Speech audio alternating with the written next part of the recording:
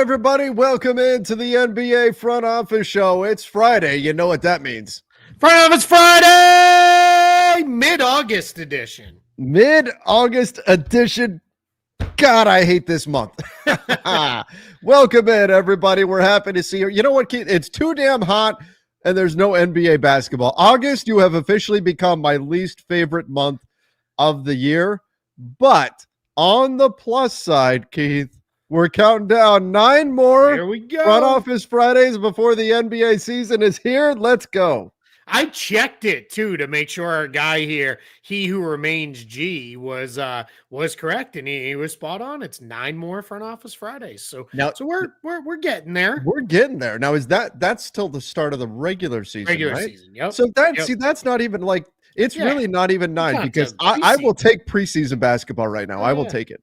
Yep, no doubt. Yeah, we're not one until Eurobasket starts, and that's going to be pretty fun too. So that's right. So we'll see. Where it goes from there. Hey, I got one other here. Yeah, from Ryan Sproverio. When is that damn logo going to smack a corner? We haven't had a lot of people pick up on that. No, most haven't. And it's that's good, man. I love it. That's a little nod to a co-favorite show of ours, The Office. Yeah, that's right. That's right. I think I want to say it was the Warriors who had with their schedule release had kind of a play on that. Oh, did they? With something bouncing around the screen. You know, I was looking at some of those. Actually, I went and looked at all of them, Keith. I had like an hour, and so I went and looked at all of the schedule. Some teams obviously put in a lot more effort than others. Sure. But there were some really good ones. You know, the NFL, I think, has set the bar very high with the schedule release videos. And there's some where very clearly they're just kind of copying the NFL style stuff. But overall, some of them were really good. Some teams just kind of like went, here's our schedule. Other teams, you can tell, really had fun with it. The Celtics one was these guys making sandwiches. I saw that. And they didn't do the Jazz, and the Utah Jazz replied to it and said, "What's our sandwich?" And someone replied back with like a screenshot of a poop sandwich because this is what your season's gonna be. So that was pretty funny. Their sandwich isn't a sandwich at all. It's a non-alcoholic drink. Yeah, right. Yeah. It's probably not going to be a good year in Utah. Let's just put it that way. But hey, by design, they're young. Their development season. It's not all bad seasons are bad. Some of them are purposeful. Keith, I tell you what, and this was an anti-Lakers thing, but I appreciated the hell out of it. I thought it was very well done. The Minnesota Timberwolves did something where they have they smashed different things representing with like a press representing all these different teams. And then each time the press would have the logo of the team that they were, crushing on it. And for the Lakers, they did a Dallas Cowboys helmet. I was like, okay, that was well played there by I respect by the petty. Yeah, absolutely. I respect the petty for sure. Absolutely. So, it was pretty good. Yeah. Okay. We should, by the way, everybody, this is a very live, very interactive show. So we're taking your questions, your comments. So throw them in. Anything you guys want us to talk about. Anything. It doesn't even have to be basketball related we today. will talk about sandwiches. It's August. It's not even, I was going to say 16th. It's August 15th. Yeah. 15th. We will talk about sandwiches. We'll talk about whatever you want. But let's go here. Your predictions on the big 4 restricted free agents. This person's predictions: Cam Thomas, qualifying offer; Grimes, new deal in Philly; Giddey, new deal in Chicago; Kuminga, qualifying offer or sign and trade, more likely at this point. So I think we're in agreement, you and I, that Cam Thomas is the most likely of the Fantastic Four here to just take the qualifying offer and bet on himself. Yeah, without a doubt. I think it is very clear the Nets have no interest in anything that goes beyond a year that doesn't involve team control. Cam Thomas doesn't necessarily want to give them that. So I think we're at a spot where this one just probably makes sense for both sides to just do the qualifying offer and then see where it goes. The one thing, if you're the Nets, that I think gives you a little pause is then that comes with the implied no trade clause for the year. And I think that part's a little, is that going to make things messy if they want to move them? But I would assume as long as it's a reasonable destination, Cam Thomas will be okay with approving a trade. Yeah. Like I'm not overly concerned that he would try to block a trade or anything. Yeah, I would agree with that. So Cam Thomas is the most likely there. I do think Quentin Grimes ultimately will return to Philly. I do think Giddy will return to Chicago. Like Giddy, the offers rumored to be about 20. He wants about 30. We wind up at like 25. And, ultimately that's probably about where this goes. But Yep. Jonathan Kuminga, I think a sign and trade makes the most sense, but it's that base year compensation that really complicates things for the Golden State Warriors. That is, and I know there's been way more reporting on Kuminga, and people have fallen into like, oh, it's just because it's the Warriors. Like there is that element to it, but this one is different from all of these other standoffs, these staring contests than the rest, because I think that all parties recognize that ultimately the best situation will probably be for them to part ways. It's Yep. how they go about doing that isn't quite clear right now. So I do think a sign and trade makes the most sense, but getting one done is actually very, very tricky. It makes me wonder if we are ultimately going to see Kuminga come to terms, stay with the Warriors for now, and then he's one of the big names we're talking about ahead of the trade deadline. Yeah, it absolutely could be. And that's the thing now we're past the point of if he signs a big enough deal, he necessarily won't maybe be able to even be traded. Right. Depending on where it goes, or he'll that gets a little tricky here because we are. It sounds crazy to say this, but we're less than 6 months from the trade deadline, right? Get your Christmas shopping done, Here everybody. we are. As we sit here and it's like 97 degrees here in Florida. It's Um, absurd. it's like, but we're just in a spot where I think it's going to be with Kuminga. I think this one is going to continue to drag out a little longer, just simply because I think they're going to want to get to a place where it is, let's exhaust all possibilities of trade options first Mhm. before we move. And that's, I think, from both Kuminga's side and the Warriors side.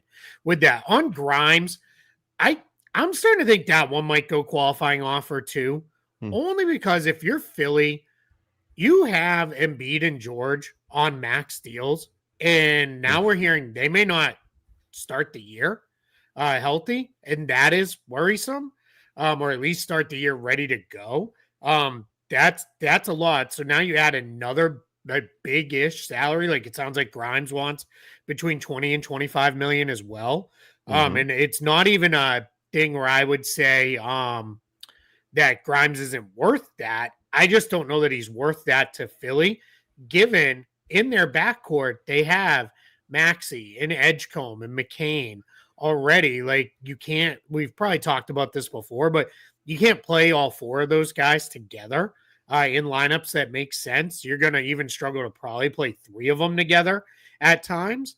So that's where I think if you're Philly, you got to kind of hold the line here, and if sounds like by all accounts, maybe they're at like 15, which that's roughly the mid-level. All right, then hold at 15 and hold firm and say we can't go past this because we just can't put ourselves in a position where now we are in a place where we're going to be really struggling to flesh out the rest of our roster if we have over 100 million in money for guys who we can't count on to play.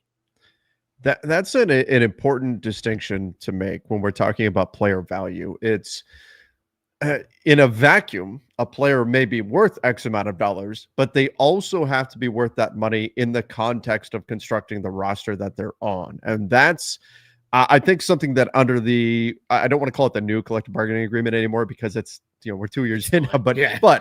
it's not really that new. But under this CBA, I think has become even more important. It's not just is the player worth X amount, it's are they worth X amount to this roster? And that was always a thing, but I think it's a bigger thing now when we're looking at player contracts. So Yep. so it's a fair point. Maybe he winds up doing it as well and taking that qualifying offer. I'll tell you what, Keith, I was surprised that, and maybe it was a non-starter for teams, I don't know, but I was surprised that restricted free agency wasn't something that players were more eager to curtail in the latest CBA negotiation. And I do wonder, based on not just the way this one has gone, but the way it's gone historically, if if RFA, that situation will find itself in the crosshairs the next time negotiations are open. Yeah, I think it wasn't a major push from the players. Actually, let me rephrase. I know it wasn't from conversations had at Summer League, mostly because they had other things they really wanted in this CBA to get, and some of that was like some of the investment opportunities and things that freed up paths for them to make money off the court. That I think that was one of the focuses for them was we want to get that, and it's all negotiation, right? It's if you want something, it's what do you want to give up because you're not getting everything. And that's where it kind of gets a little like tough for them to decide. I'm gonna pull this one from Bob Rohn or maybe Bob Roney. If when Embiid declares his knees are shot, can Philly get cap relief via the Chris Bosh route, or will retiring give them cap relief? So let's say he just decides tomorrow, that's it, I'm done. I can't play. They have from 1 year from whenever his last game was, which would be obviously last season, to 1 year from then they can apply to have the remainder of his salary removed via basically medical retirement. Right. And at that point, what happens is it goes to an independent panel that reviews it and says, yeah, he's done. He's not going to come back. And then the money just comes off the books. This part, does he still get paid, is very dependent on what his specific contract reads. And I don't know what his contract reads and what type of insurance is on his contract, whether it's he owns it, holds it, Philly holds it. I don't know those things, but that would decide whether he actually gets the money or not. What we generally care about as fans, as analysts, is what does it do to the cap sheet?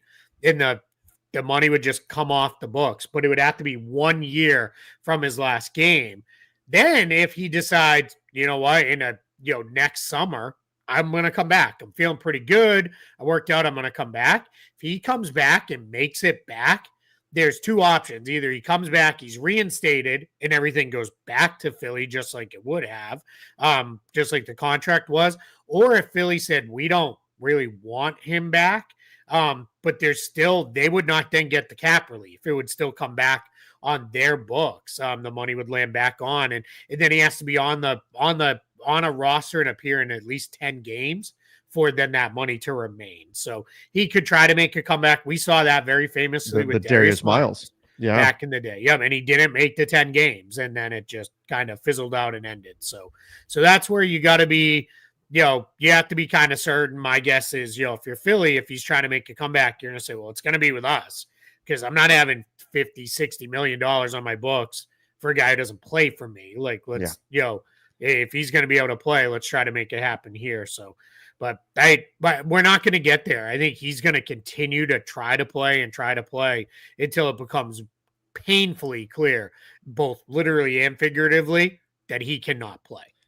And I hope that's not a place that we land. Agreed. With him, an incredible talent, and it's God, he's 31. I know he came in with injury issues, but it's not like he's 40 and you're just going, okay, this is it. He's 31.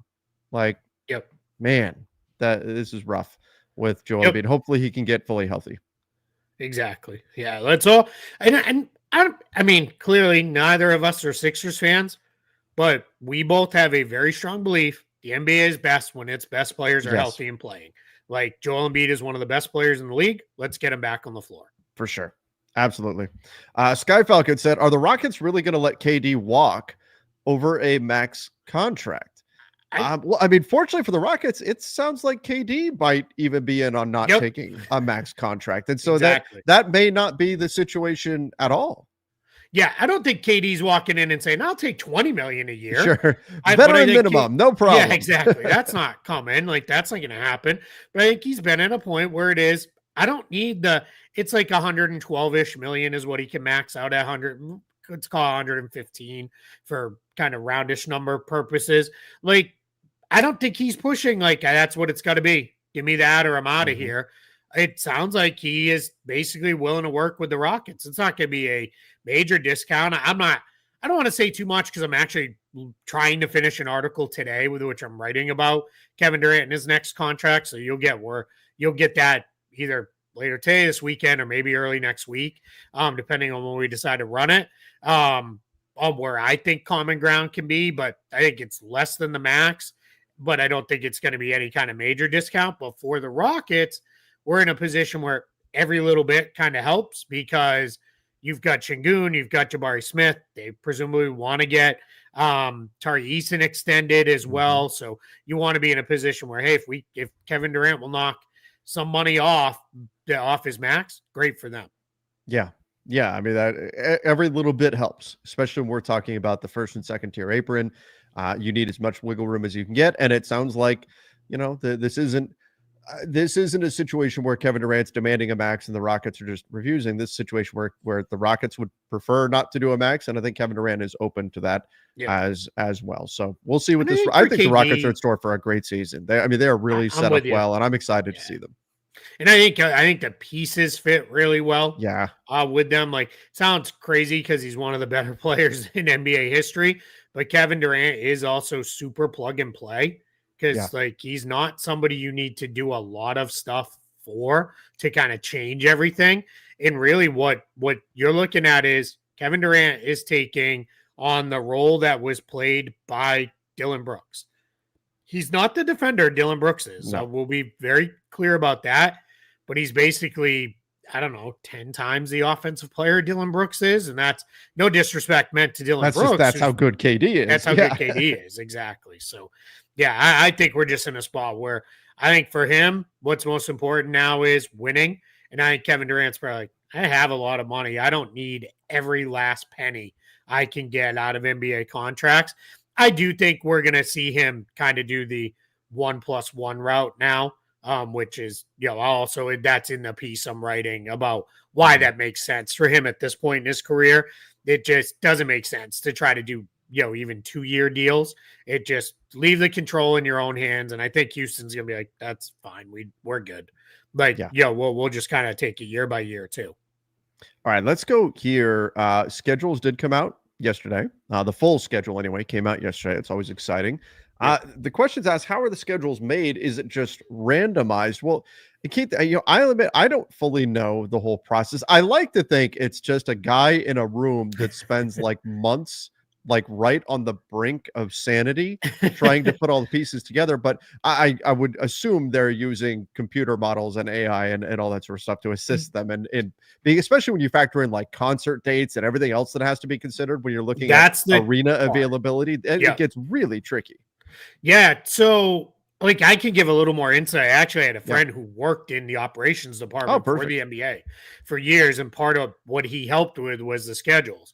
So there are a couple things that happen. One is teams can kind of put in here's when we would like to play. But there's only so many of those that they can submit. Like if it was like, we really want to be home on X date for whatever reason, they can try to do that. Often we see that with like a jersey retirement or something like that.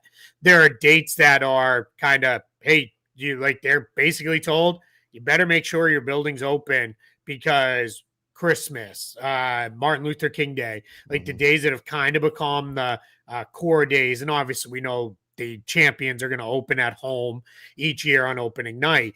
But around that, a lot of it is, teams send in. And for some teams, they're the second tenant in their building. Like for years, the Clippers were the third tenant in the building. And the Kings, the LA Kings. Yeah, and people have it a little twisted. The first tenant in that building for a long time was the Kings because they owned the building, not the Lakers. So now that there's been other arrangements made there and things, but that's why the Clippers always played Sundays at noon West Coast time because it was like, that's where we can fit you in. Right. Now that's obviously not a thing.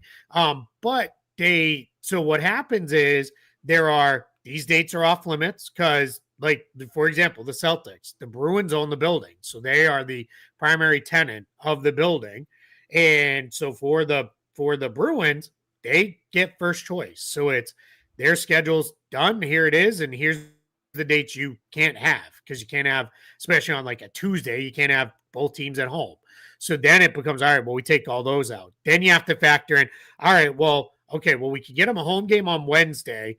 Where are they on Tuesday? Oh, they're in, we'll keep using the Celtics. They're in Portland. All right, well, that doesn't work. We can't play a back-to-back Yeah. after traveling across the country. So it really sits down with a whole lot of figuring it out. And often, well, good follow-up here is how do certain teams get screwed over with 16 The back-to-backs? 76ers got That's it. yeah, they have the league high, I think it's 14.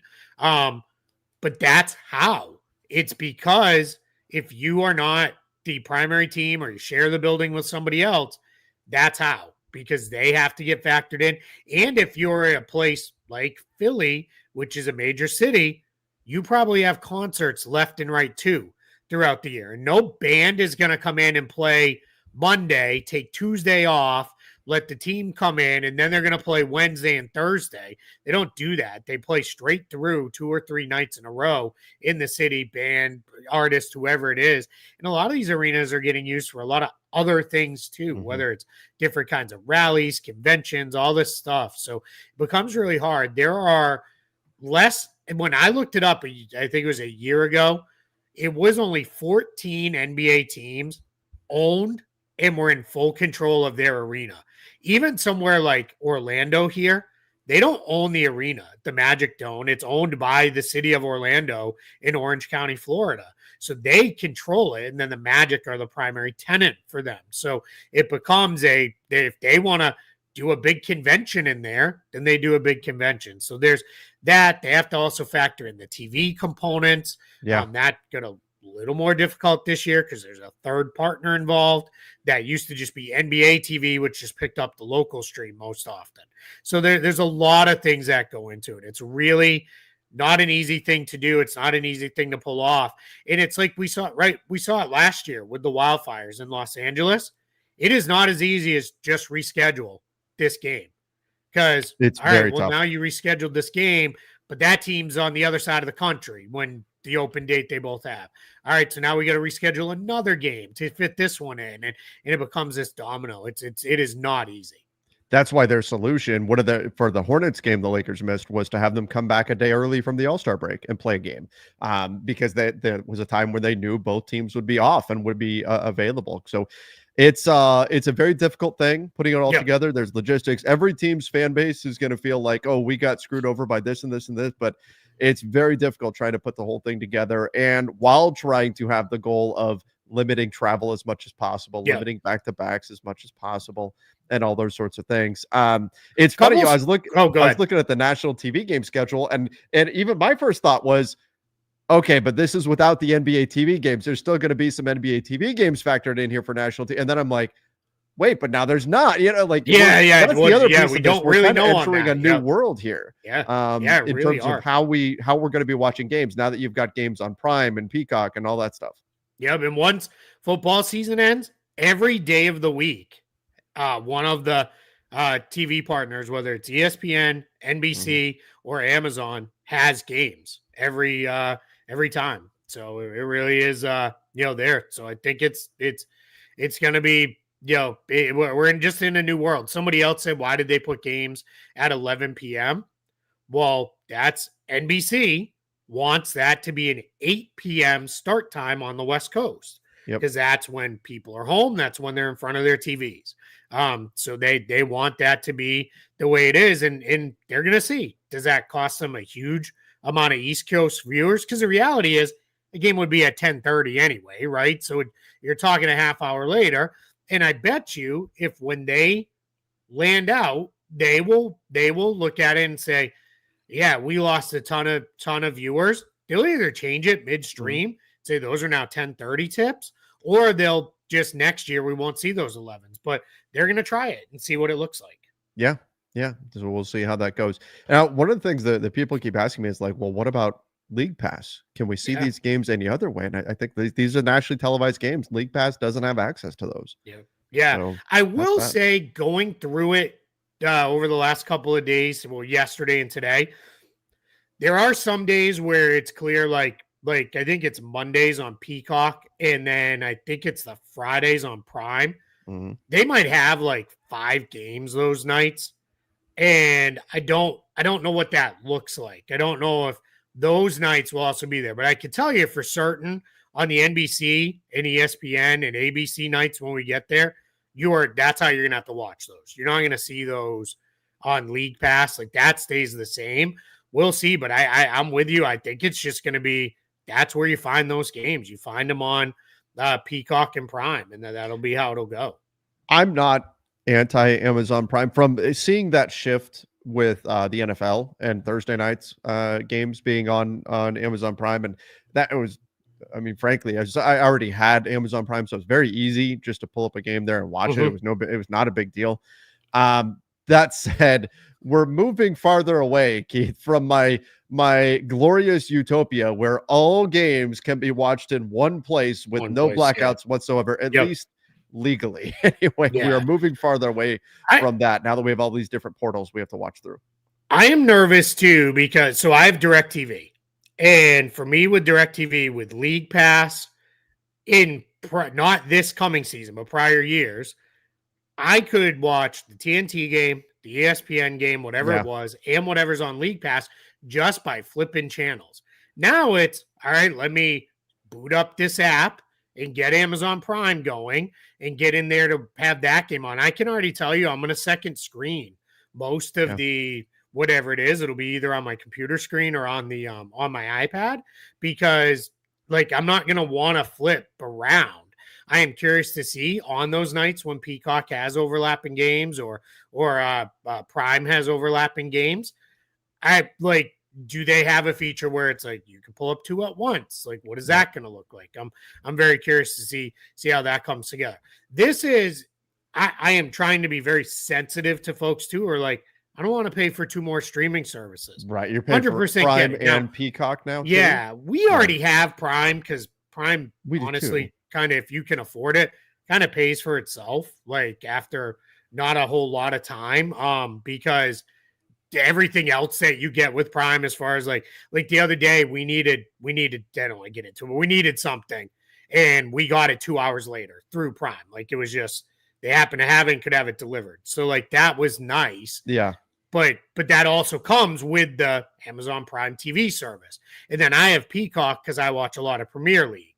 So I have Peacock because that's what Premier League is on. But I am 100% with people there where they're like, yeah, we're not going to get it. This is a good question. Do you think the NBA will do Thanksgiving games since NFL is Christmas? No. They know they can't beat them. Like that's the NBA is not going to move off Christmas because everybody still thinks like the NBA and Christmas, they're not going to start playing on Thanksgiving. It's also what that and Christmas Eve are like two of the only like definite days, true days off in the NBA schedule, unless it's a travel day. And teams are like, the players would, that would be a fight if it's give those up too. Like that's not going to happen. When I was looking at a few years ago, Sunday was Christmas Day. Christmas Day was on a Sunday, and the NFL said we're going to have some games. And people were like, "Oh, it's just because it's on a Sunday." I went, "Nope." They're going to get it last year. They're going to get a taste of Christmas, and they're not going to give it up, and they're going to keep doing it. And that's exactly what they've done. But the NBA is not going to try to. They're not going to intentionally go head to head with the NFL. The NFL is okay with going head to head with the NBA. The NBA is going to try to avoid going head to head with the NFL whenever they can. I thought this was funny. Wouldn't it be nice to have a company package all these channels together and have a cable or something just plug into my TV? That's really what we're kind of getting back to. And then this comment, Joe Hendry here says, "Damn, you guys in the US have it bad. International League Pass is so good." That's the way you'd get to just see it all. If you're international, you can get the international version of League Pass. And since we're talking schedule stuff, NBA won't schedule during the finals of March Madness. They gave that up. They do now. They used to not. That used to also be a night off for them as well, but they don't do that anymore. Not now. They schedule, and that's part of the idea of that used to create issues because also that comes during the final week of the season. And they take the Saturday off now because everybody plays Friday, then everyone plays Sunday. Right. They don't want anybody on Sunday on a back-to-back. If you took another day out of the mix in that week, you'd turn it into a real mess. So now they just play on that day. All right. I've got a question here. I'm going to pull up the schedule. Said, I want to go to a game this year. I live in Illinois, so I can go to Chicago, Indiana, or Milwaukee. What game do you think would be my best chance to see the Lakers healthy? And also, Ooh, do you think Luca wins MVP? So as I'm pulling up the schedule, because that'll give me the best sense of whether or not you're actually going to see those guys. Keith, Luca, I mean, certainly has a shot at MVP, but he's in the MVP 100%. conversation every single year. Yep. Yeah, I Luka could win MVP. Wouldn't surprise me. It'll depend. He will, assuming health. Luka will Yeah. have the numbers for MVP. It'll be how good the Lakers are. Are they Yes. good enough that gets them to a place where it's like, yeah, they won 50 games and were a top 3 seed in the West. Like, and Luka's numbers were overwhelming. Then 100%. If they win in the mid to high 40s and they're the 4th or 5th seed and Luka's numbers are good, it's probably not going to be good enough. There'll probably be somebody else that will be there. I mean, it would have to be ridiculously overwhelming at that point. Yeah. Right. Right. Okay. I'm gonna hide his comment just so we can see more of the schedule. Oh, yes. Okay. So his question was Milwaukee, are the Lakers more likely to have all their guys for Milwaukee, Chicago, or Indiana, those road games? And my initial thought was, well, what's the earliest in the season? Because there's less chance for injury there. But Keith, this was the game that I went, oh my God. When I first was going through the schedule yesterday, I was going through it live and I went, they're in New Orleans, and then it's a 4-hour flight to Milwaukee. The next night, it's second night of a back-to-back in Milwaukee with significant travel. Yeah. That's not ideal to see all the guys actually play. That one. I wouldn't go for that one. Now, let's find Chicago. Okay, here they are at Chicago. That's in January. That's not second night of a back-to-back. It's the middle of an 8-game road trip, but that's not bad. I mean, it's not a back-to-back. You are traveling from Dallas, but still, there's a day between, so that's not terrible. And that one is the one thing you wonder about there is Dallas will be a tough emotional game. The games before that are tough.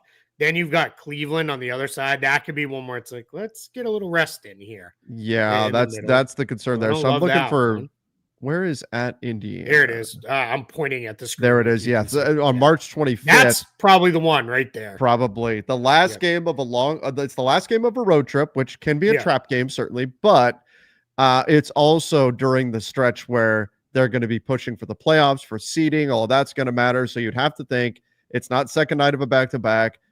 Given where things are likely to be in the standings, probably everybody's going to be suiting up that part of the year. So here's the other thing. Indiana would be my pick. Look at the 2 home games after. Yeah. Brooklyn and Washington.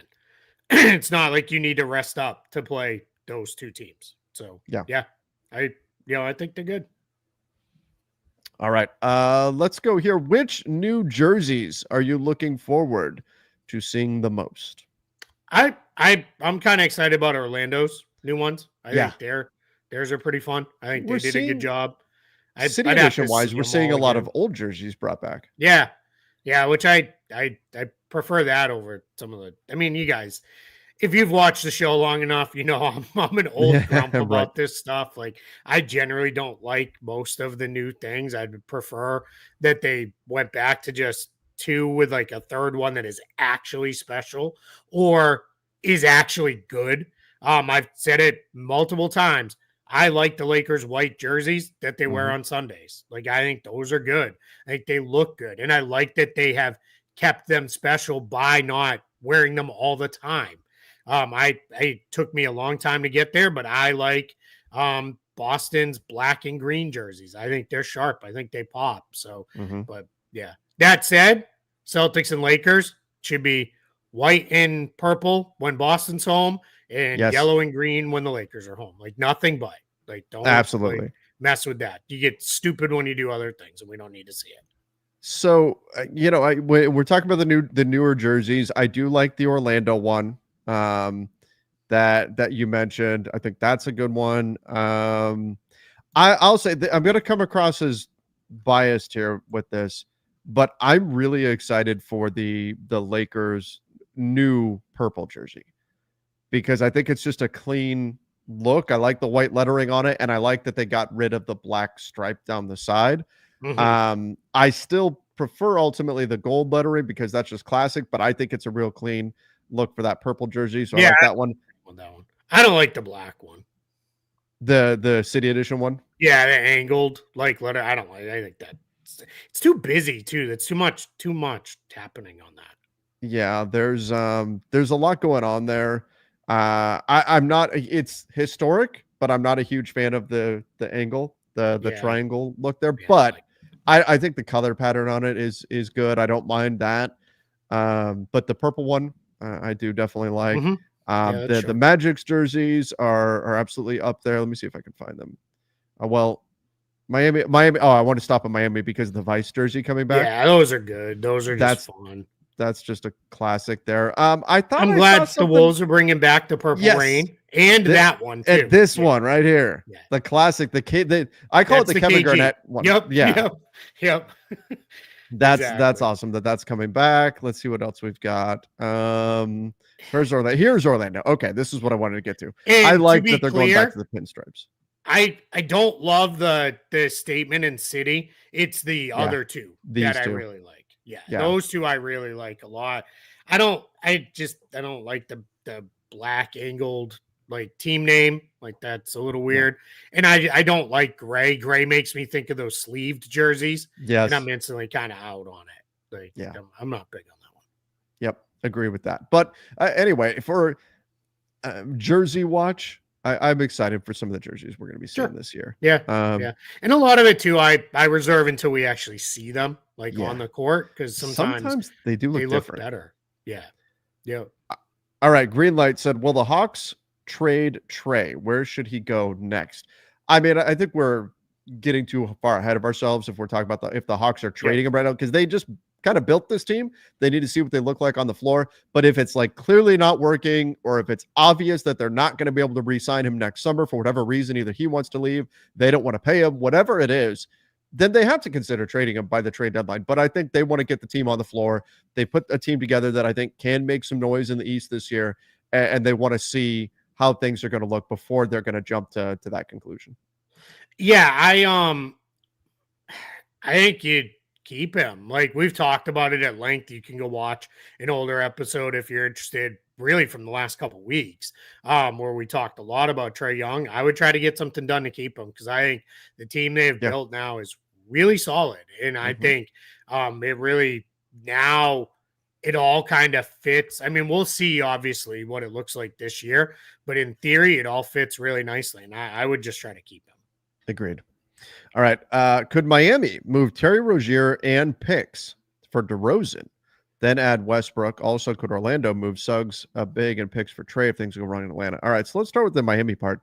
Terry Rozier and picks for DeRozan. I mean, I'm trying to remember Rozier's contract off the top of my head. If Yeah, it's that's that weird one where it's it's like the all weird, but like almost the whole thing $1 million is guaranteed, but how many years This are is on it. it? This This is the is last it. year. So I don't see any team giving up picks to add DeMar DeRozan with money on the books. I know Yeah, it's not that's all exactly guaranteed, it. but with money Yep. on the books into the future, I just don't see any team giving up picks to do that. Yep. Yeah, I would not be giving up picks for DeMar DeRozan if I'm the Heat. Yeah, If they want to do DeRozan for Rozier straight up, great, let's go. But I mean, yeah, if it was like 2 seconds, fine. But like anything beyond that, like no, I would not. yeah, agreed. I would Agreed. not do that. Could Orlando move Suggs, a big, and picks for Trey? So Suggs, Goga, or Wendell Carter Jr. Sure. and picks for Trey if things go wrong in Atlanta. Is that something they should even look to do? I don't think I think Orlando, like, this is going to sound like I'm being such a jerk, but I don't know another way to phrase this. Stop trying to put point guards on the Magic. They don't want a traditional ball dominant point guard. They just don't want that. They want guys who allow the offense to mostly run through Paulo and Franz, and that's how they're going to run it. That's why they want to get Desmond Bain, and they think Suggs and Bain, even though they're both actually shooting guards, will be fine because Suggs can defend point guards, and they're just gonna that's gonna be how it goes. Like they do not want a Trey Young type or anybody like that.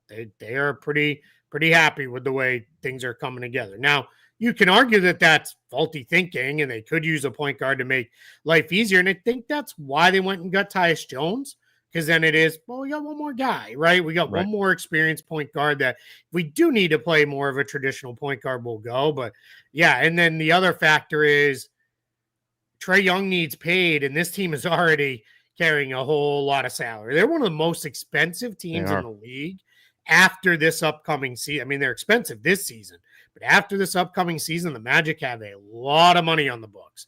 And yeah, you take some of that out by trading Suggs, but you're going to get more probably with Trae Young, and that's going to be tough. Yeah, absolutely. I agree. Yeah, I don't think it makes a lot of sense for Orlando in a number of directions. Now, could they, when you look at their team on the surface, do you think they need a point guard? Yeah, but they also added Tyus Jones. So they want somebody in there to kind of be the Yep. maestro or whatever. They've got him to turn to, and I think they're going to move forward with this group as is and see what they can do. I mean, they were legitimately one of the best defensive teams in the NBA last season. Oh, yeah. The problem was they couldn't hit a shot. Yep. And they weren't very good at creating those shots. And I think their hope is that Desmond Bane gives them enough of that, both creation and shot making, that it will open things up. And also there might be a little bit of luck regression in terms of their 3-point shooting too. And that's going to Well, we've take been them waiting to about a that next level. decade and a half for that here in Orlando. So that one we'll see. I'm telling you, there's some portal when you jump on that monorail at the Orlando airport and you come through, you leave your shooting ability on the other side of the terminal, and it doesn't come with you. Like all the shooting has to be reserved for Buzz Lightyear's Astro Blaster. Yeah, there it is. Apparently. Which just closed, actually. Did it? So not permanently. They're just it's in a long-term rehab. They're changing some stuff up in there. So well, maybe needed. Maybe needed. Let me give if it comes back the same-ish way, the first room with the robots, you got to shoot at the backs of the robots' hands. We'll just leave it there. Damn it. I needed that advice, but because we went like a couple of months ago, and I could have used that advice for that ride. Keith, that was the ride where we got in, a little bit early with the hotel guests or whatever. Yeah.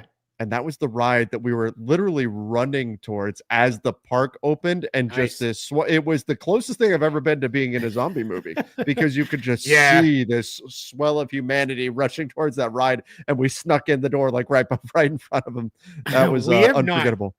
Done this in a very long time, but when you leave Magic Kingdom, if you take the ferry boat, it always reminds me of the beginning of I Am Legend, where they're evacuating New York and everybody's like getting on the ferries to get out of the city.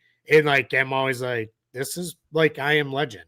Yeah. But yeah, we don't do that anymore. I refuse to I don't like to stay at the park till it closes, because that's late. That's past my bedtime. It is late. It is late. We took the ferry over to the park to get in, but not to get out.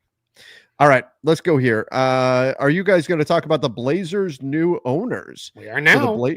We are now. Yeah, Tom Dundon buys. They also owns an NHL franchise in Charlotte. So now we've got a new ownership group coming in with Portland. Boy, that's quite the cross country travel there. Yeah, to own those two franchises. A little weird. And it's good because of that. There have been people who said, "Oh, well, could the Blazers move?" I don't think so. I don't think the NBA wants to relocate any franchises or do anything like that. And he already said it too. He, I guess, came out and this team is here to stay. But so the Sonics was the same thing. Like, oh no, we're going to stay when everybody. I mean, I guess you say that about any team that's ever moved, but sure. But yeah, he was pretty clear. But I mean, Adam Silver has been very he even at one point was like, we're not using Seattle like they did for a long time, which was hey, get your stuff in line or we might move the team to Seattle. They're not even doing that anymore. Expansion is going to come. The Blazers aren't going anywhere. And Portland has a long history of being a team in place. Again, I know Seattle did, but that was just such a weird thing. And I'll say this too. If anybody's like, yeah, right, until some city offers him a ton of money, he got offered a crap ton of money to move the Hurricanes, and he didn't. He was like, nope, we're staying right here. And I think they actually play in Raleigh. Yeah. But we're staying here. We're not going anywhere. We're staying in home here, which now Hartford Whaler fans will be like, home. The home's Hartford. Move them back. Bring back the Whale. But that's long over with. All right, let's go.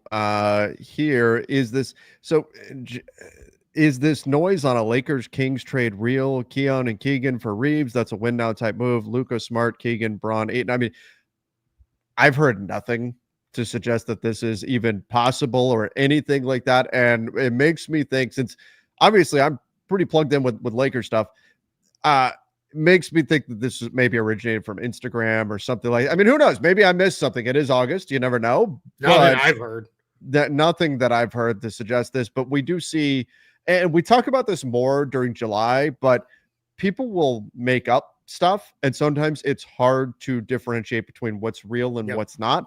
And that's my guess here, is somebody threw out a hypothetical trade, or especially Instagram is the worst, because people will create graphics and then say per Mark Stein or somebody when that person never said that, and nothing gets linked back to there. So it's verification of stuff like that is difficult. That would be my guess as to what happened here and where this is coming from. I mean, as much as I like Austin Reeves, like I'd be all over this if I was the Lakers. You get another good defensive guard and a good young forward that I think really fits nicely with Luka moving forward. I'd be all over it. It doesn't make a lot of sense for the Kings. We talked about it recently. They don't have any forward-sized guys that are real forwards outside of Keegan Murray. Yeah. So that's already a problem. They don't have any real fours on the roster. And then giving up Keon for another guy who's an offense first player in Austin Reeves.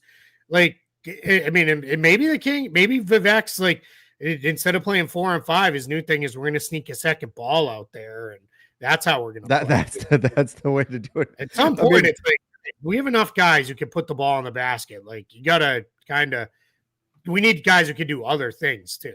I said it the other day. It's like the Kings need like 4 or 5 more Keon Ellises, not less at this point.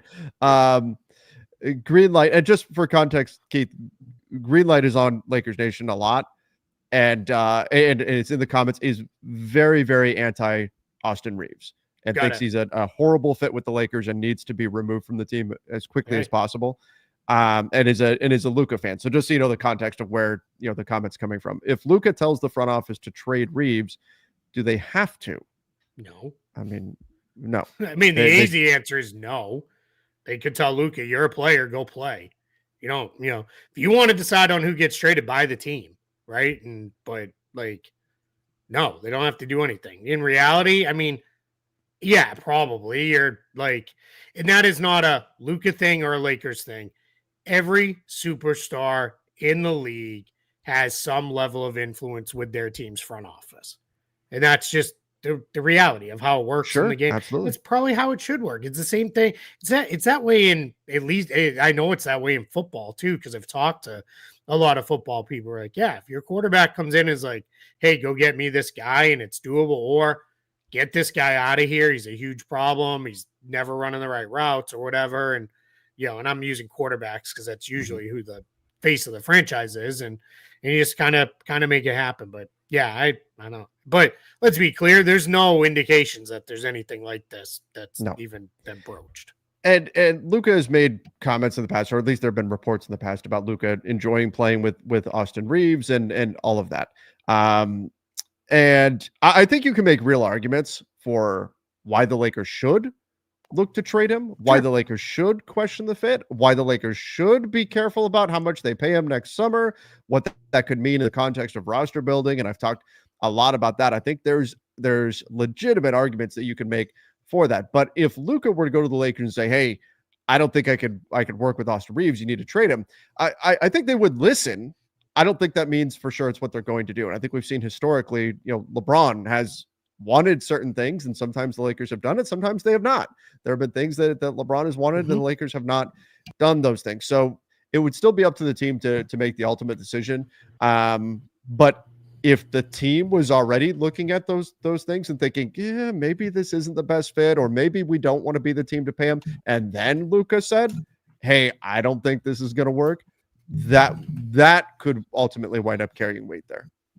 Yeah, absolutely. Yeah, I'm well on record that I don't know that Austin Reeves and Luka Doncic are a great pairing long-term to win a title together as your backcourt, unless one of them moves to a far lesser role. Doesn't mean they have to move to the bench, but it's like almost like hey, there's an early sub and we're going to split them that way. And maybe that is where this eventually goes. And then they both kind of get to run the show a little bit that way. But yeah, I don't think you're going to see anything. I think outside of maybe something with Kuminga, I think we're pretty done with like anything major now. I know the Towns thing kind of came out of nowhere, like right on the eve of training camp, but I don't think we're going to get that far down the line. And this comment here, Reeves said he didn't like playing with Luka. No, he actually said the exact opposite. There was a report that came out of Phoenix. Gambo, who, by the way, John Gambadoro does a great job in the Phoenix market, but had a report that that LeBron and Luke and Austin don't like playing with Luka. And I was the one who reported the story coming from Reeves' camp that that's 100% false. Yeah, I've never heard that. Austin really loves. In fact, I talked to Austin personally a few months ago when I interviewed him about playing with Luka, and he talked about how dynamic their offense can be. So that was a report that went out, but then was, strongly disputed by Austin Reeves and by his camp. Austin Reeves, it was really his agents who then drug him into the session at Sports Business Classroom. And I'm not telling stories out of school because they said it in front of a whole bunch of people. He said it in there that he enjoys playing with Luka. I don't put anything into that. All right, let's go here. We already did that one. Sorry. The league is worried about viewership ratings, so why start West Coast games at 11 p.m.? And we kind of already talked about that. Yeah. Also, 11 p.m. Eastern is 8 p.m. Pacific. Yep. I get it. I'm an East Coast guy. Outside of very brief periods of my life, I've lived my entire life on the East Coast. I'm 100%. I would like it if games started at 3:30 in the afternoon. I think that would be amazing. It would be great if that happened. It's not how it works. So now somebody like move to the West Coast and that's how it works. But the reality is that they're trying new stuff and I have no problem with it. Trying new stuff. People were already kind of complaining a little bit about they put a ton of afternoon games on the weekend, Saturday and Sundays, but it's because they're trying to give the international market a way to see especially like European market, I should say, because that's afternoon games are not great for like Asia because now it's in the middle of the night. It's for them hard to make everybody happy. Yeah, you can't, but they're trying, right? And if you really want to see an afternoon game on a Saturday, you're probably going to do what you need to do to be home on a Saturday to watch it. And now it also makes it so folks in Europe don't have to stay up until 4:30 in the morning watching games because that's when they finally end for them. So no real issues for me. Yeah, I remember it's always tough when there's the Lakers are on and you're on West Coast time and the Lakers are on at 4:00 because they're playing in Charlotte or something like that. You're like, what? I have to try to make it home by 4:00 to catch this game. Like it's, there's pros and cons to it. But who is the team you expect to break out next year? In terms of exceeding expectations, there's a few obviously the Magic, the Hawks. Sure. The Detroit Pistons, I think, are actually getting now slept on despite having a good season last year. I think maybe we're not paying enough attention to them. But another team that I keep looking at, and maybe there's going to be a lot of attention on them, but Dallas, I think, is going to be better than people are thinking they're going to be. That's another team that could take a step. The Spurs obviously could take a step, especially if Wemby can stay healthy. So there's a number of teams that I think are poised to make a run up. Is there any team that you see right now, Keith, that is being projected to not make the play-in even that you think is better than people are giving them credit for? Yeah, instantly I want to go to like Boston and Indiana because like there seems to be some perception that like they're just going to be terrible and they're not trying to win, and I think that's a little crazy. I don't think they're going to be. I'd be shocked if they don't at least make the play-in. They'll at least be in the play-in orbit. It might be at those minimum. Two teams. It's also important to note they do own their own draft picks next year. So if it's a place where it's like, do we really want to be the 10th seed, or are we better off losing a few games here over the last couple weeks of the season and dropping out? They may kind of go that way. But I think Toronto's going to be good, like from the sense of probably in the mix to be a playoff team. I don't think they're going to be anything more than that. But it would kind of surprise me if they're not in that mix. They just have a lot of guys. I don't love the roster fit by any means, but they have a lot of guys who can play. And I think that's going to help them. And I mean, it might be kind of the obvious and the low hanging fruit here, but if Philly stays healthy, like they'll be significantly better, right? But 100%. That's always health dependent. I mean, not a surprise, but I think people have kind of gone too far in Milwaukee not being good. Still have Giannis, still a pretty good roster. Like, how about Amir Coffey getting only a training camp deal? I was shocked. What is happening there? What the other 29 teams? What are you doing? Like that is now Exhibit A for expansion in the NBA. Yeah, that's crazy to me. And I'm not saying like Amir Coffey should have got the mid-level, but like he couldn't even get in a guaranteed minimum deal. Like that blew me away because I tweeted about it when Shams tweeted out that he's going to the Bucks. Like, what a great pickup for the Bucks. And then I think it was Eric Name from The Athletic was like, "This is, I'm told, it's a training camp deal." And Eric's all over the Bucks stuff. I was like, "What? Like, what are we doing?" Like, I don't know. And then I also want to shout out Portland in the West as well. That's another team that. Yeah, Portland. I think San Antonio's going to be pretty good, assuming Wemby is, back to being Wemby. I think people again maybe have gone a little too far on not being good anymore is Memphis. I think Memphis has a chance to be pretty solid. But yeah, good question. Good way to kind of get us going. Only question is, have you not subscribed yet? That's right. Hit the subscribe button over the YouTube channel, and let's get that spike. Let's go. Come on now. All right, we got a few more we'll do here. Greetings from the Czech Republic. Welcome in. Yeah. Do you think the Jazz make another trade before the season starts? Kevin Love, Kyle Anderson, KJ Martin has a non-guaranteed contract. I think they'll make another move. Yes. Trade, though, I'm not expecting. Yeah, I think Kevin Love's going to get bought out. Yes. And he'll go join whoever he wants because important to remember he doesn't make enough to have any kind of real restrictions. So as long as the team has space under the hard cap, a roster spot, he'll go wherever on a minimum deal. But yeah, I think Kyle Anderson, KJ Martin, they'll be there to be trade fodder later in the season. Right. All right, let's go here. There are a lot of good free agents out there. Could you guys make a pod or discuss the remaining free agents that are solid? We'll do that next week. Yeah, Malcolm Brogdon, Caleb Houston, Seth Curry, Taylor Horton. Caleb Houston not out there. Well, where's he at now? Who he play for? He hasn't officially signed, but have reported that he's going to the Hawks. Oh, okay. So. Yeah, Malcolm Brogdon. Like Malcolm Brogdon is kind of in that group of players where you're just like, is this just waiting for the Warriors situation to resolve with Jonathan Kuminga? Mm-hmm. Yeah, and then he could wind up being the guy. And he's not as like, I think there's a general sense that Al Horford, DeAnthony Melton, they're going to the Warriors as soon as the Kuminga situation resolves. Brogdon is kind of in that orbit as well. Seth Curry too. Yeah. Yeah. Those guys. Yeah. I think we've got a handful of veteran guys that are, all right, this ended and now they're kind of going in a different place. And then it'll be, all right, who needs me? Like, where can I go now? But I mean, we're in the point where teams at this point outside of like, oh, wow, this guy became available. We weren't expecting it. These guys are all probably going to be minimum guys because teams are going to say, hey, you're still on the market in the middle of August. Like, take the minimum or don't play. Yeah. Like, because they'd rather conserve their exception for later in the season.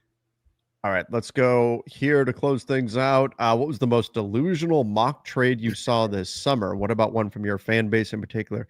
I don't know, like so many, the ones that like our two fan bases are pretty good at making up ridiculous nonsense. We do, but I tend to not remember them because I just dismiss them so quickly. When it's something insane, I just dismiss it. So they don't stick.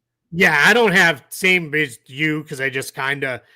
They go in, I would say in one ear and out in one eye and out the back of my head, and I don't even retain it. But I would say with the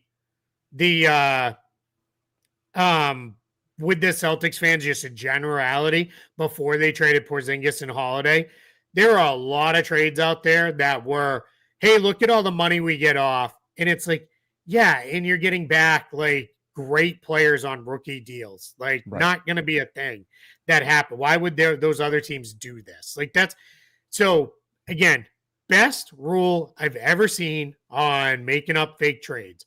The Real GM trade and transaction board, which is incredible. It's kind of where I kind of got my start doing this stuff on any public level. Their rule is if you propose a fake trade to get feedback on, you have to give an explanation why all teams involved will do the trade. Yep. And you can't just be like, because they're dumb, right? There was a lot of years where it was like, because, bad GMX is running the team and he's an idiot. Like, you have to give real explanations of, well, I think they would kind of do this because, here's where I think it makes sense. And then from there, it generally stays fairly clean and people discuss things with a lot of rationale. To be honest, I have not been on there in years, but it used to be really, really good. But that was the rule, was you can't just throw it out there because, yeah, cool, your team would do that. Of course they would. It's a great deal for them. Why would you, take garbage the other way? Yeah, I'll still jump on there from time to time and just see what people are thinking about different trades and things of that nature. And in general, if the fans of both teams in the deal, if it's a 2-team trade, are not happy with it, you probably got a pretty good trade there in terms of value. Yeah, and that's the other thing I wanted to bring up. Most delusional trade: Luka for AD, Christie and a first. That was like, that's the problem though, Keith, is now all of these insane trades. If you say that's insane, the response is, but Luka. Yeah, that's it, right? And right? you're not wrong, right? It's like, but in general, you're wrong. Like the Luka trade, we're not going to see another Luka trade like that. Probably in our lifetimes. Like, we'll do just fun one here. Kind of, whoops, no, that's not so fun. Have you seen the Spider-Man 4 set photo leaks? Other than somebody filmed from, I think they're in like their apartment, and there's something where it looks like he's fighting on top of a tank, and they filmed it. And it looked pretty cool because it was like, oh, that's how they, like, the tank's on a truck, and like he's like in like a whole like harness thing, like jumping around on the tank. Like, that looks pretty cool. But other than that, I have seen nothing. Then when I see Doctor Doom, Avengers, Spider-Man 4 trending, I will not click the topic because I want to go into these movies now as clean as possible, to the point where I didn't even watch the last couple Fantastic Four trailers because I didn't want anything to be like, I wanted to go in not knowing. So I try my best to avoid this stuff. I've seen a few pictures just from, I have not sought them out, just from, scrolling through X and stuff. I've seen a few pictures from Spider-Man, but I don't know what the plot is going to be for it. I don't know exactly how that's all going to work. I've seen like Scorpion and stuff, but I also say this, like, coming out of Fantastic Four, even some of the images and stuff that were going around were very obviously fake. There's so much fake stuff that people are making now that AI is becoming so much more readily available, that it's, I have a hard time getting too invested into any of the stuff that's out there, because it's, how real is this? And most of the time you can tell, but do I care? Like, if it's a trade rumor or something for the NBA, I care enough to do the digging and find out, is there anything to this or not. If it's something for Spider-Man 4, I don't care enough about it to go do a deep dive and find out, hey, is this an actual leak, or is this something that somebody's taking from something else, or whatever. So I have not actually sought out that kind of stuff. I'll watch it when it comes out, but I'm not going and crazy. Sometimes it doesn't even really tell you anything. Like, it's like, oh, okay, like that, great. Like, it's the same thing. I treat it almost the same way as like when someone takes a still photo of, was this a foul? I have no idea. You're showing me a still photo from a basketball play. Like, I don't know, like, what happened before and after that. There was one last year, I can't remember who the players were. They all went crazy. Like, they're like, he hit him in the arm. Yeah, because the other dude's teammate shoved him in the back. Right. Like, that's why it wasn't called. Like, so yeah, it was like, just like, still photos don't do, especially still photos with sports, like, unless it's like, oh, see, this shows he did touch the line or whatever. But that stuff, like, man, you Zapruder filmed that thing and got all the way in there. Like, I don't know, like at some point just move on. Like Yeah. just whatever. But I think there was a question about Superman. I have not seen it Yeah, I haven't either. yet. I think it comes out like on digital release, maybe it's like today or tomorrow, which seems crazy to me that That's it's that fast. soon. Like, yeah, it feels like that just got released like a month ago. I thought I saw that. Maybe that's completely wrong, and I apologize if it is. I'll watch that when it lands on. I think Max will have Max. that, right? Yeah. HBO. So, and before, because somebody's like, "Damn, how many streaming services do you have?" We have the HBO one because I've had DirecTV since 2002. So like I am grandfathered in on a package with a whole bunch of crap, and I will not change anything Yeah. because like I don't want to lose the stuff we have. And I almost dropped it when they dropped Sunday Ticket till I found out like Sunday Ticket on YouTube's like $450, and I was like, nope, I don't need it that badly. Mine renewed, like auto renewed. I got a deal on it last year, and I was thinking about it the other day, and I'm like, I think I purchased NFL Sunday Ticket like right before the season started. I went back and looked, and I'm like, oh my god, I did it in August last year, and it auto renewed. I'm like, oh, that hurt. I was gonna get it from my dad. I think I've talked about it here. If I haven't, my parents moved from Massachusetts. They're now living in Texas near my sister. And this is gonna be the first time my dad's not gonna be able to see the Patriots. And he still watches every game, every Sunday, good or bad. And he's like, he goes, I can't justify it. Me and my sister were like, all right, we'll split it and we'll get it. And that's when I was like, it's $400 something. Like, guess what, Dad? I guess you're not watching the Patriots because crazy. I've found Red Zone is enough. Yeah, like just having my that. problem watching Red Zone, that gives me a headache. Like it's too like when they do the 8 games at a time, it can be a little tough to keep up with. But I find like after the first week, I can keep up with it pretty well. And if I just have it on, I'm good. How will we do? What will we do for 40K subs? I don't know. We'll have to think about it. Double apron and hard cap again? I don't know. Maybe we'll come up with something. We'll see. We'll come up with something. Steiner Shams. I'm not picking between those two guys. They're come on. Awesome. Why not? It would be the girl in the meme. Why not both? Why not both? There we go. Right. There we go. Yeah. What will the league do with NBA TV? We don't know yet. Still waiting to find out. Yeah. Okay. I don't. And somebody said TNT owned it. TNT did not own it. TNT produced it and ran it. But the league NBA owns NBA TV. So they'll figure something out with that. I don't think I'll be getting oiled up to celebrate. I didn't even shave today. You got summertime me today. I'm all scruffy. This is the mid-August show here. Yeah, that's it. Mid-August, indeed. So yeah. All right. Well, we should wrap things up there. We appreciate all of you for joining. Oh, whoa. No, wait. We got it. We got a super chat coming in at the buzzer. What are your expectations on Avengers Doomsday? Can they execute with a lot of these Marvel characters? I trust it because it's the oh my gosh, what are the names? The brothers that are directing it. The Russos. Because we saw them do it in Infinity War and Endgame. Mm-hmm. And I thought they pulled it off. Somebody is going to be like in this as like a glorified cameo. Just like that's just how it works. But there's so many characters that they're putting in. I guess, Keith, I want to get back to a point though where I thought this was the big problem with all of the multiverse stuff was you could kill off characters and everything, and it just didn't matter because there's an infinite number of that character out there.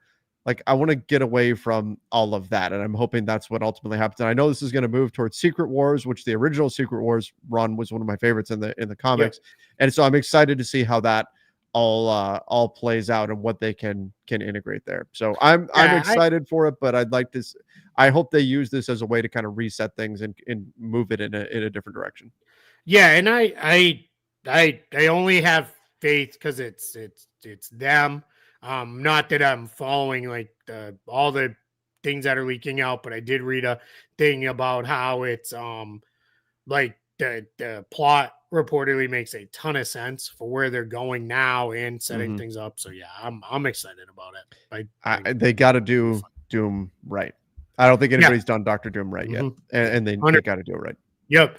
Yeah, I'm fired up. It's so long, man. We don't get another Marvel movie until next July. Is that right? Like, Spider-Man. That's the next one next July, for a movie, and then the Avengers that's a December release this year instead of like a May, or like not this year but next year, like a year and 4 months from now or whatever. So well, we'll have a bit of a wait on our hands, but it gives us all a reason to work on ourselves and stay alive. Thunderbolts is coming out on Disney Plus soon. Yeah. I still need to see Fantastic Four. There'll be some stuff to watch for sure. Yeah, no doubt. Yep. All right, everybody. We appreciate all of you for joining the show. Till next time. See ya and stay safe.